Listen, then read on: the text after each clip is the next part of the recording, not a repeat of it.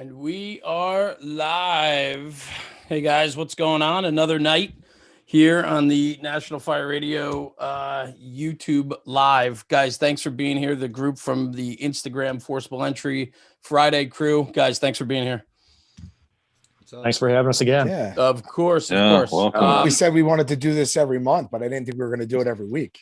Well, and it's funny you say that, day. Right? We did a live last week where I think we did a great job in an hour and a half, 90 minutes of talking everything forcible entry. We hit on a couple different scenarios and so on. And, what you guys do, just to bring people up to speed real quick, we got, who are we missing tonight? Joe is missing. Oh, no, we got Joe now, right? So, okay, Nick stepped out. But, we got 5 out of the 6 of you that partake in the Instagram Forcible Entry Friday. Each of you take a Friday, you do a post and an in-depth conversation on some type of forcible entry that we face somewhere along the line. And so, you guys do this on your own accord to educate and better the fire service. And truly, I think it's an incredible platform that you guys, with all your individual, platforms, are willing to get together and to do something for the greater good. So I think that's fantastic.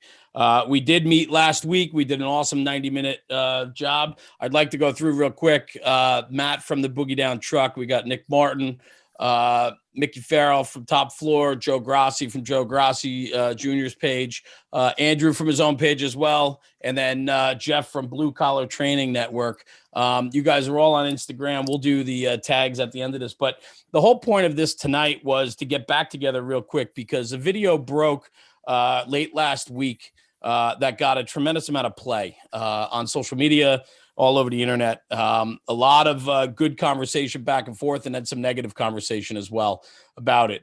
Truthfully, what it was a entry video on a 4-story walk-up building in a city. The brothers made entry quickly, and there was a lot of back and forth commentary on many different social media pages about the way it was performed and everything in between. And so, and I'd like to start the conversation very simply this way. I watched that video and I see professionals at work.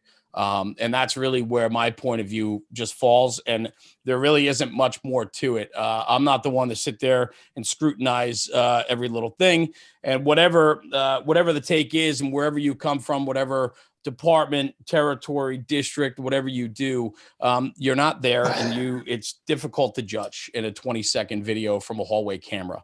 And so tonight, what I'd like to do, this crew right here who received a lot of feedback, positive and a lot of negative as well. I'd really like to just start the conversation. This isn't going to be, an hour and a half of bitch session, but what this needs to be is an open conversation about what we're doing and how social media impacts the fire service. And then, of course, this specific individual or this specific situation where shit went crazy. And I'd like to open the conversation. I don't know if you guys want me to play the video first for everybody watching, and then we can go from there. Whatever you guys want to do and however you want to go about it.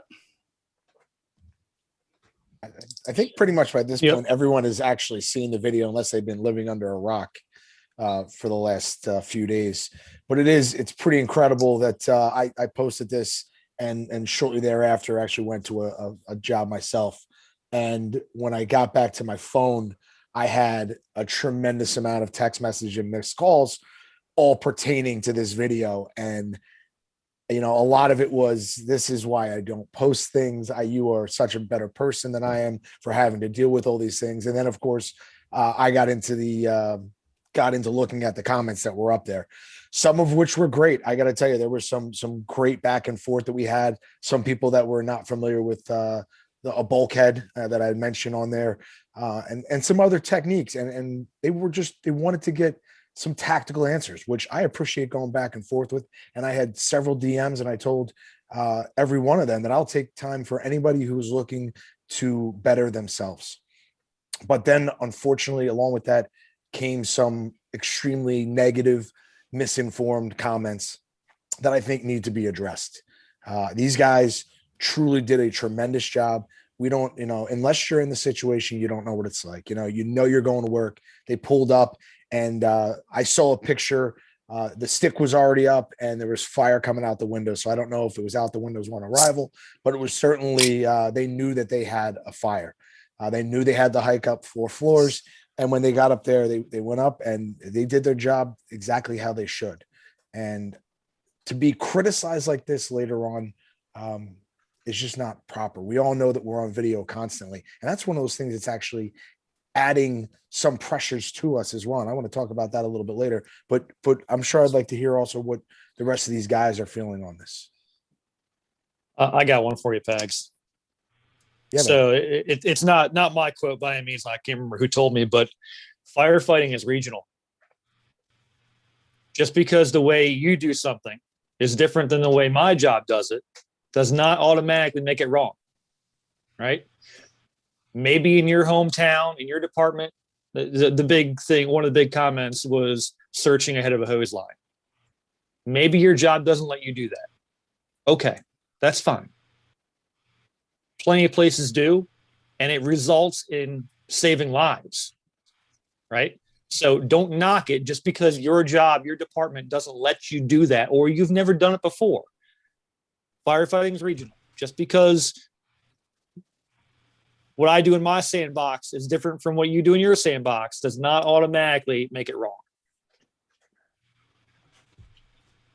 I think that's a huge point.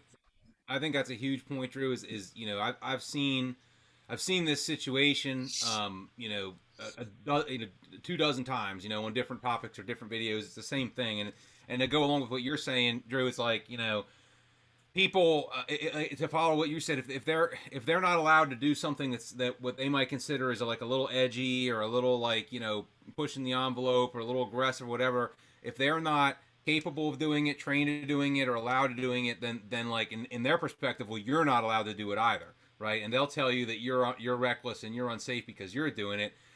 And you know, I think it comes down to a couple things. Is people have a lot of loyalty to how they were taught the first way, and to who they learned from, and how they learned to do a thing. And that, you know, some people will unconsciously, you know, blindly defend, you know, the way they came up, you know, even though that way might be different than others, and neither way is right nor wrong, you know. But, you know, what really kind of, you know, bothers me is when I sit there and reflect, and this is a great group of people. This is a tremendous amount of experience on this call. I'm privileged to be around you guys and around the other people that put themselves out there. But every once in a while I stop back and I think, like, what a shame, man. Like, how many great, truly experienced firefighters must there be out there that we will never hear from because, you know, like you were saying, Matt, like, because they don't want to deal with the bullshit, right? I mean, how much experience is not being passed on or is being, you know, left because the guys would rather just stay out of the fray, which, you know, at many times I can completely understand that. And I think that's a tragedy for the fire service, how many things, you know, will be left unsaid or not be shared just because people don't want to deal with a bunch of crap. Chief, yeah. Chief, absolutely. I'm sorry, I didn't mean to cut off whoever. Yeah, no, I agree with the Chief there. You know, just that uncertainty of speaking up and saying something and all that. And Chief, like I said, Chief nailed it on the head. But I just want to reflect back to the demeanor of that individual that was on the camera there, right? Like, you look at that guy, cool, calm, collective, waving people by. He was there. He's been there before. He's been there multiple times, probably hundreds of times, and he knew his job. So, I mean, you could take that video and turn it into, you know, someone panicking and frantically putting their mask on. That was not the first time that individual has done that. And just, you know, bring it back to what Chief says, it's very unfortunate. Like you said, people don't want to speak up because they don't want to hear that. They don't want the backlash. They don't want this. Oh, you're reckless. You're that. And that's sad to say, you know. And I think the fire service, you know, needs more of it, right? People to speak up because there's a lot of knowledge out there, like Chief said. It's that everyday debate between, you know, willing to put yourself out there, and as you do, you will accept criticism. And each of you in this room tonight and on this video tonight is willing to put yourself out there, which I all know that at one point you guys had to have a personal conversation with yourself as to accepting responsibility for the content you put out. I deal with it all the time. And a lot of the people that I work with and talk with have the same issues. And my fear is exactly what Chief Martin said, is exactly that, is that, you know, the naysayers will keep the good ones down. And what's troubling for that is that doesn't progress the job, that doesn't progress the craft, and it doesn't allow us to learn. It doesn't allow us to be open-minded. And when we shut it off, and when we're slighted by our own beliefs and emotion, you turn off any potential for others to learn and any potential ground to be gained. And I think that's really a big part of the issue here. And, you know, I don't know. I can tell you right now, I've never forced a door after a 4-story walk up in conditions like that. It's just not in my district. So how am I to sit there and judge that?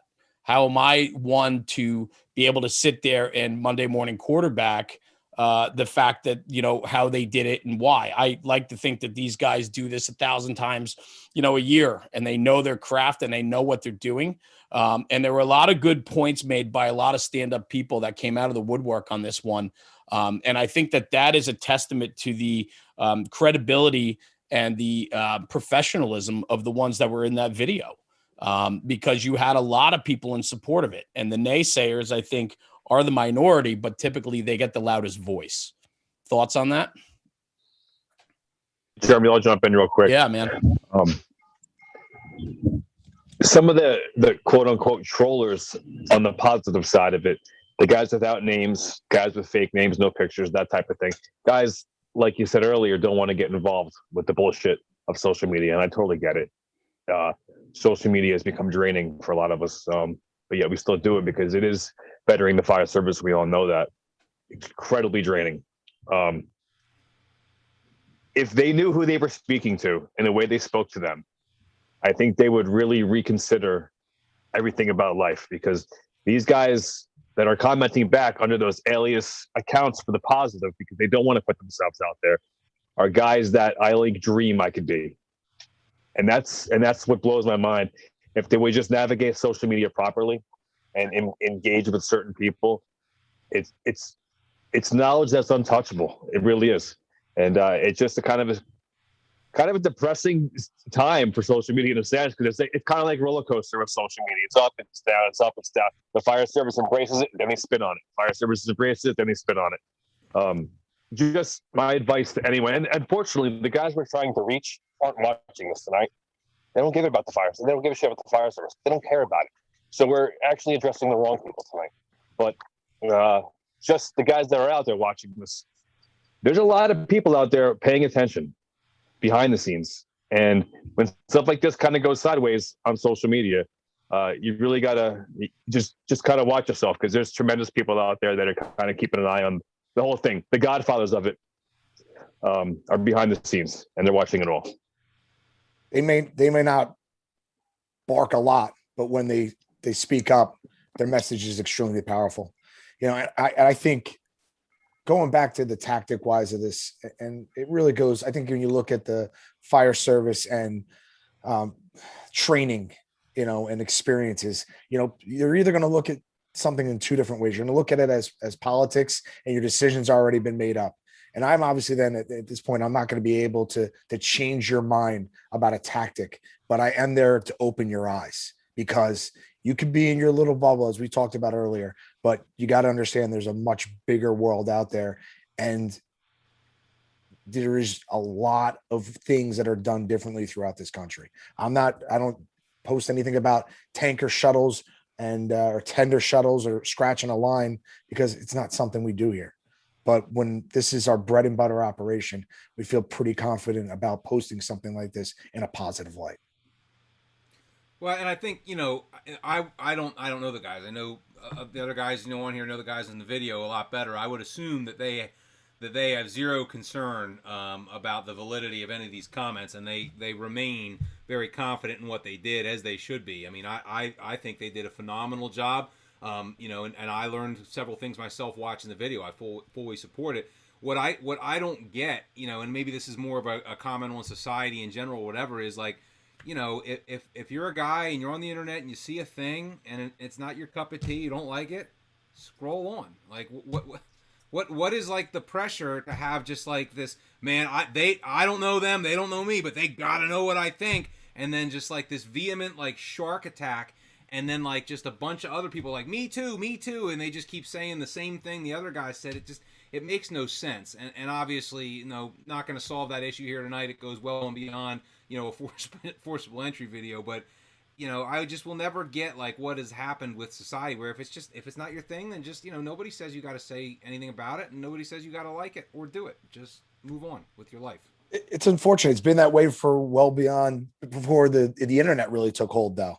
People were upset with certain music, with certain, music videos. I remember when MTV became very popular, and, certain CDs, and they would gather all those CDs together and ran them over with a steamroller. All right. Is that really necessary? No, just don't buy it and don't listen to it. Put on what you want to hear. But there's just no reason to bash it because I want to listen to it. So go ahead, Jeremy. Brother. Yeah. No, Drew, go ahead, man. So something I think Mick shared it, and jump in if I butcher this too bad, but it said, the definition of maturity is realizing what requires your comment and what doesn't. Before I even saw that post, right? I'm scrolling through the Instagrams, come across one of the more popular pages going over some RIT related skills, and just what they were doing. It wasn't my plan A, wasn't even my plan B, and kind of the concerns that they had over what they were going over. I don't know. I didn't see as a big deal because I would go about it a different way. And you know what the comment was I left with them? I didn't. I just moved the fuck on. Said, you know what? Okay. Nothing they're saying is wrong. Nothing they put out there was wrong. Incorrect information. No, it was all factually correct. It just wasn't my plan A. So I moved on. Went about my day. And you know what? No harm, no foul. We're good. I love it. And, I posted that from Weaponize Your Mind. Check it out. If you don't follow it, go follow it. No, yeah, absolutely. Yes, you need to. No, the weapon. That was posted on Weaponize Your Mind, which is totally different. It's more of a motivational page. But some of it correlates to the fire service. And I posted that, I guess a week and a half ago, maybe. And then I'll take certain things and post it on Top Floor. And it kind of coincides with certain mindset things. That's one of them. And that goes across the board for anything. So exactly what Drew said. It's like when you scroll through these things, it's similar to walking into a bar. Some people are whiskey guys, some people are vodka guys, some guys are beer guys. If a guy orders a whiskey, you're not going to break his balls, right? You just don't order whiskey. You order a beer. It's common sense, man. Like there's a lot of flavors in the fire service, and with that, different areas of the country do things differently, and it's just funny. I actually find it quite comical, some of the crazy shit that these people come up with out there. It is draining at times, but sometimes you sit back and you're like, what is wrong with these people, man? But listen, not everyone's a whiskey guy. I like a good Manhattan, but I'm not a whiskey sour guy. You know what I mean? So I would never break your balls and order a whiskey sour. I think the, many, many good points being spoken here. And Drew, I agree with you 100%, Mick. Absolutely. We scroll all day long. I'm at a social media page, content page. I could leave comments on every single post I see. I don't agree with everything I see out there, but the one thing I don't have is the time to leave my own thoughts and ideas there if it's detrimental to the post, right? You have the ability to post what you want. And if you don't like it, you have the ability to unfollow and scroll past, right? And so, at the end of the day, I often ask myself, who are these people that take the time to do this? There's been dedicated hate pages towards myself and other, groups, and, who has time to do that and why? And I feel for them. But in this case, when it comes to tactics and understanding the tactics, unless you were there on that street or you were there on that landing next to these guys and you knew the conditions and who the crew was and how they operate and everything that goes in between that, you really don't have a place to speak. And I don't care what your thoughts are. You could put them in a constructive way. You could ask questions. Like Matt said earlier, when we started this, he welcomed some of the feedback because it's tactical questioning. Like, hey, how do you do this? Or why was this done? Right? Engage the conversation. All of you guys are willing to have the conversation with people that actually give a shit and aren't there for the wrong reasons. The people that are there for the right reasons will win. The problem is they're being overshadowed by, the negativity that falls out from this. Jeremy, Jeremy, just let me say first, Do I'm really sorry about that hate page that I started about you. That's all right. It was before we were buddies. Listen, I know you're struggling way deep down inside, so I get it, brother. I get it. But you know what's funny? A lot of these people, because I would always say I didn't want to get too involved with them or give them too much of a platform. So I said, this is the reason why this is done. You have any further questions, DM me. Right. And you know how many messages I got? None. From those people? Zero. And the reason why? Every time. They don't actually want to have a tactile discussion. They just want to put out their little point for everyone to see. Correct. That's all they care about. They don't actually care about bettering themselves. And Mick said it. These are the same people that will not be watching this. But it's the people that are trying to better themselves. So I think the thing that we need to focus on is staying positive, scrolling past that BS, and affecting the ones that we can affect, because there's plenty of people out there. And that's the good aspect of social media. Plenty of people out there that are willing to learn and are hungry, starving for this type of information.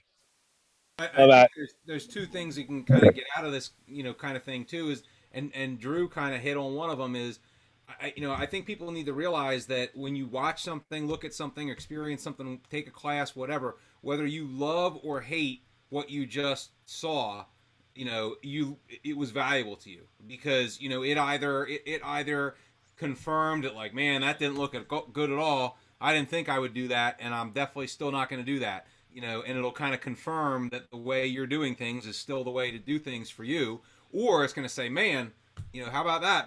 That's a good idea. I want to learn more about that, or I ought to do that. So either, validating your current position or finding a new one, both of them are going to be valuable.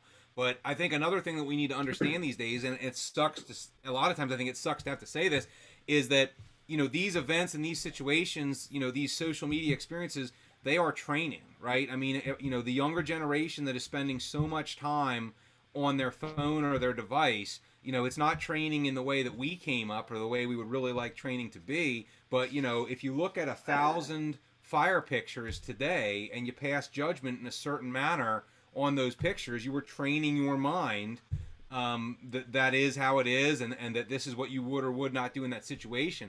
And that will surface again on an actual fire ground when you're not on a phone. And so if you're getting that repetition in your brain in a negative format like that, constantly making, wrong assessments or poor decisions or getting stuck down one way, I mean, that's going to have as much effect on a fire ground as having gone through a shitty fire academy. I don't know if I'm saying that right, but I think with social media today, it exposes both spectrums of the job. And I think we saw from this past weekend that there's different values in different departments, and that's okay. Every department has their own values, but the fortunate for many and the unfortunate for most is that firefighters who engage in the harsh elements of the fire floor on a daily, they figure it out. They get the job done, right? And they do that through grit. Grit is this job versus the new fire department that's out there, which are these coddled generation of helicopter parent children that transfer over to helicoptering over social media, and their tactic power is to comment on the guys that are invested doing the right thing.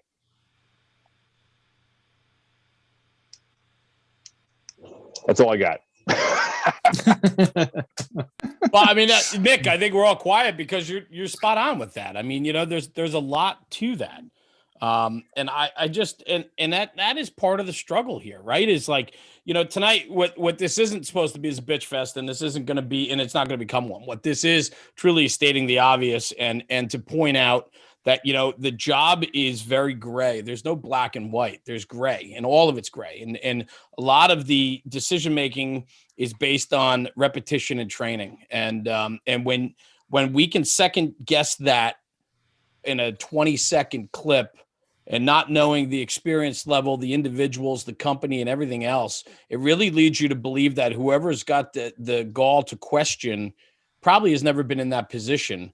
And they feel entitled to be able to offer their opinion as to what's being done. And to me, that is just Bizarro World 101. And what they tell you from day one in the firehouse is shut your mouth and keep your ears open. We should be doing that online too. Keep your ears open, follow different pages, digest content, but you have to understand that content is going to be different from wherever it's stemming from, whoever it comes from, whatever area of the country it comes from, whatever position, riding position, everything, right? There's always going to be variables involved because it's gray. And how they do it on the East Coast is different than the West Coast. And there's no right or wrong. It's how it works for that area, and the department that we're talking about tonight is a very fine-tuned department. So, you have to understand that their ways and procedures and so on and how it works for them can very much differ from how it's going to work in rural Kansas. And so, you have to really understand that in your brain. You got to be able to process that and understand that for sure. Jeremy, real quick. Yo. All of us in here in this room, we don't agree on tactics. I know we don't. Because I follow a lot of pages. And I read a lot of the shit, and I'm just like, don't agree on that. We'll never comment on it. But that works for them. We can all come together in this group and we share the Forcible Entry Fridays and we work as a team to bring little regions to the whole nation. You know what I mean? So 100%. It's a very special thing what we can do. And I know we don't agree with a lot of things, but understand that and kind of look at that as almost like guidance in the fire service. It's like you don't have to agree on everything. You can agree on 80% of things. You're never going to agree on 100% of things, and that's okay. Don't have to comment on it. We support each other because everyone's region is different. Mick, we talked about this the other day. We brought Jeff and Chief Nick into this group to get different perspectives from just the Northeast. And I tell you, Jeff put up something on Friday, of course, was kind of overshadowed by this video, but he did a great through the lock post. And it was tremendous information, something that you and I don't really do enough of, if at all. But that's his specialty. That's what he does out there. And I took something from that. I learned from that. And that's what this is about. Again, I've said it in the past. I'm being selfish being on this social media page and this platform because I'm gaining information from this just as much as I'm giving. And is it, I might even ask him a question on the side, but it's not anything that I'm going to critique or bash because it's not something I do. And it's not something that I really know enough about. Exactly. Yeah. Agreed. And that was a great post. And unfortunately, the chaos of the other one overshadowed. And that sucks. That's social media for you. Algorithms at its best. Right, Jeremy? Yeah. Sure. I think the other negative, right, out of that whole video, right, is there's so much that went down in that fire unit, fire department ingenuity, craftsmanship that the majority of the people that commenting on that would love to hear about. But unfortunately, we can't talk about that, right? And that's the other side of the social media where there's so many of those individuals that are so hungry for that information. And if they actually knew what went down inside there, their minds would be blown.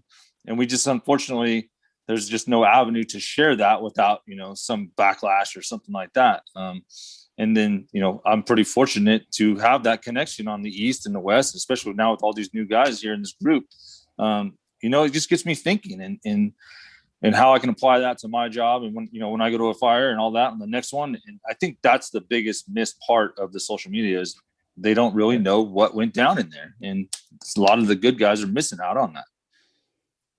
What you just mentioned, Jeff, is what I think the beauty of social media. There's so much information from all across the world at your fingertips, right?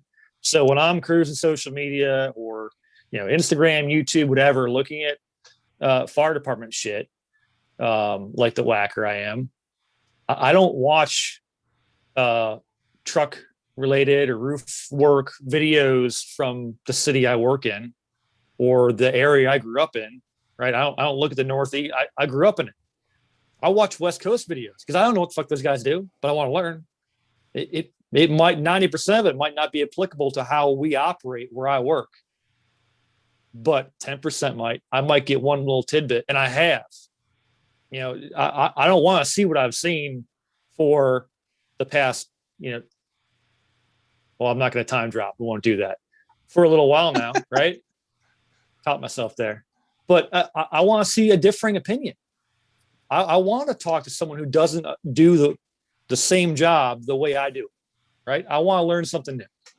And social media gives you that. Before social media, when was I going to talk to someone from the West Coast about how you cut a roof? I'd probably never get a chance to, but now we can do it right now, right? The negative side to it is we could drum up a post, we could have this conversation, and this negative bullshit will drown out the message that we're trying to put forth, and no learning will take place. Drew, I think you're spot on with a lot of points there, and I have it written down, underlined in my book here, where I keep notes in all the time when I do shows like this and so on. I challenge everyone to keep putting out content, because the naysayers are always going to be there. They were there before it. They were there before Instagram and Facebook and the rest of the channels, and they'll be there 100 years from now. And we have them in the firehouse. Right. We have them in the public. I mean, when it comes to politics and religion and everything else in between, right, there's always going to be those people. And I think what happens is, and Mick said it best tonight, that the ones that are stirring the pot and the ones that have the fake accounts, and they're the ones that can't stand behind their own statements being made. Well, that just sums it up right there. Right. And so they're always going to be there. But what we can't do is allow for the people that have a message to share, lessons to be learned, and stories to tell. We can't, chase and scare them away because there's going to be naysayers. And so what I challenge you guys, and I challenge everyone that watches this or hears this, is that if you have a story to tell or an experience to share that's going to make this job better, do it. Don't worry about the mutts. Don't worry about the ones and the naysayers that are going to try to bring you down. Turn an ear to it, man, because truthfully tonight, the conversation between all of us was, should we do this? Should we not do this? Right? Nick, you and I have talked about this on other issues before too. And at the end of the day, you can ignore it and let it be, right? And a lot of times it drops and dies down. But this group collectively tonight said, no, well, you know what? Let's just speak up for half a second tonight and address it. And, I will tell you that what you guys do on Instagram in particular, some of you are on the other channels too, but on Instagram in particular, because I know you're all there and that's your Forcible Entry Friday, what you guys are doing is bettering the job. And so the naysayers are a small portion of the ones that are getting value out of everything that you guys bring. You spend, your own experiences on the fire ground, and then you package them up and deliver them to anybody in the American Fire Service that wants to learn. And I think what you guys do is incredible, and you can't let the naysayers deter that. And we can't let anybody in the fire service be deterred by the naysayers, because you have them in your firehouse, and those are the ones you want to go around. Those are the mutts that get in the way. They get in the way in the commissary, in the kitchen, on the fire ground, in training, and everywhere else in between. So, we just can't let them get in the way. We have to continue with the message. I think we did a pretty good job here. Last thoughts. I think, Pags, what do you think? Last thoughts? We got a couple minutes left. Yeah, I think last thoughts. I'll just make it short and sweet. I'm sure that these guys, let's talk about this video real quick. I'm pretty sure these guys, just like any job that I've ever gone to, are going to sit back and reflect upon the actions they did. They, in their head, they might not, they said, you know what, I could have done this slightly better. But overall, if you're trying to tell me this isn't the crew you want showing up when your house is on fire, you're out of your mind. And I plan to retire and relocate, and please let me know where you work, or because I'm not going to be going there. I love it. Anyone else some last thoughts before we duck out of here? I'll go real quick. I always say, social media is having the senior man on the palm of your hand. It's not just the firehouse. Your senior man is now global. And I always say that. I elaborate on how moving that is, and how the generation of the millennials, the senior guys say, oh, they're like the worst generation ever. This is the fire service. And every next coming one is. I think they're the best because they have the opportunity to be global with their senior man. However, you have to understand, you have to navigate social media properly, because not every senior man is a squared away senior man. So yes, the senior man is in the palm of your hands, but do your due diligence and cross-reference what you're reading and who's posting. There's a lot of bad stuff out there, unfortunately. There's no peer evaluations anymore with social media, as was Fire Engineering, Firehouse Magazine, WNYF, all these other these publications that I've read for many years, there's peer evaluation where they kind of break it down and say, okay, this guy's vested, this is real, this is good. You have to do that for yourself now. So don't believe everything you read. There's a lot of great stuff out there, but there's probably more bad stuff than there is great. Good deal. I have a couple things. Do it, Joe. My first and last thoughts, because I didn't get a word in. No, all the stuff these guys said are spot on. I think we all kind of could agree at this point that it was a mountain was created out of a molehill. This is a very routine, can of corn job for these guys. They do it on a regular basis. I think it kind of goes back to the points that were made before of that, what Andrew said, that he's not going to take too much of an interest or buy too much into his own operational area. He tries to educate in other places for informative purposes. I think that's good when you do that, because I do the same. But as long as you then leave it at that. So the point I'm making is that for some young kid that might be in the Southwest of the country, he may see something really cool from Boston or somewhere, New York City or somewhere else in the Northeast. And I'll say, hey, well, that looked really cool. It worked really well for them. I'm going to go do that the next time I catch a job in New Mexico. And a 5-story tenement might not exist in the desert, or, something to that effect. So it's good to learn things, but don't necessarily think that you could just apply everything, and make sure that it's, the guy said earlier, it's not like a one-size-fits-all thing. It's got to be applicable to where you work and the buildings you serve and the operations that your department conducts. If not, because then you're just going to be running rogue and you might compromise your own operation. The other point that was kind of floating around with this whole thing is, I didn't really see an issue to it at all. I don't know really what the issue was, if it was that they're working ahead of a line, how they popped the door, the hallway became compromised. Again, that's just a routine operation. I joked with a few of the guys on here, what would these people be saying if they saw the remainder of the company, what they were doing, in terms of being in precarious positions, jokingly that, they're not unsafe at all. They're doing their job. It might seem unsafe to the uneducated who doesn't understand what they're doing, but it's all pre-planned and calculated what they're doing. So, my ultimate point is just stay in your operational lane. If you do, wildland fires, then don't comment on city fires, or don't attempt to undermine or, pick fights with people. I mean, it's all petty bullshit. But again, where I work, if I started commenting on people who ran tankers and tenders and wildland fires, it would just be idiotic. So we should all be staying in our lane, so to speak.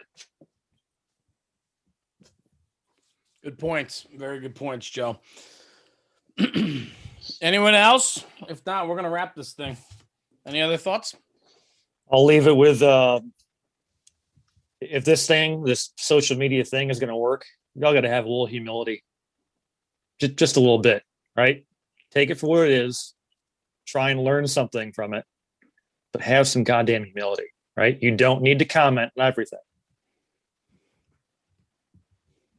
Bingo. That's it. That sums it up, man. Beautiful. Cool. Well, listen, brothers, I thank you guys for hopping in tonight. I'm glad that I was able to facilitate for you guys and to get this message out. There's a lot more to this, and I'm sure conversations like this will keep flowing as time goes on. And I'm sure there will be more posts of incredible work being performed by brothers and sisters across the country that is going to get knocked on social. I think we have a duty. The ones that get it, I think we have a duty to be sure that we can drown out the mutts and the naysayers, and we be sure that the job is being done correctly and it's being protected. So with that, if there's nothing else here, I just want to thank everybody for tuning in tonight on this live. We went for 40 minutes. So I appreciate everybody for your valuable time tonight. I know time is just as important as anything these days. And for you guys and everything you do, the Forcible Entry Friday crew right here, thank you. Be sure to check out the last episode from these guys. It's up on our YouTube channel, and a lot of good nuggets were thrown out. And gentlemen, thanks for being here tonight.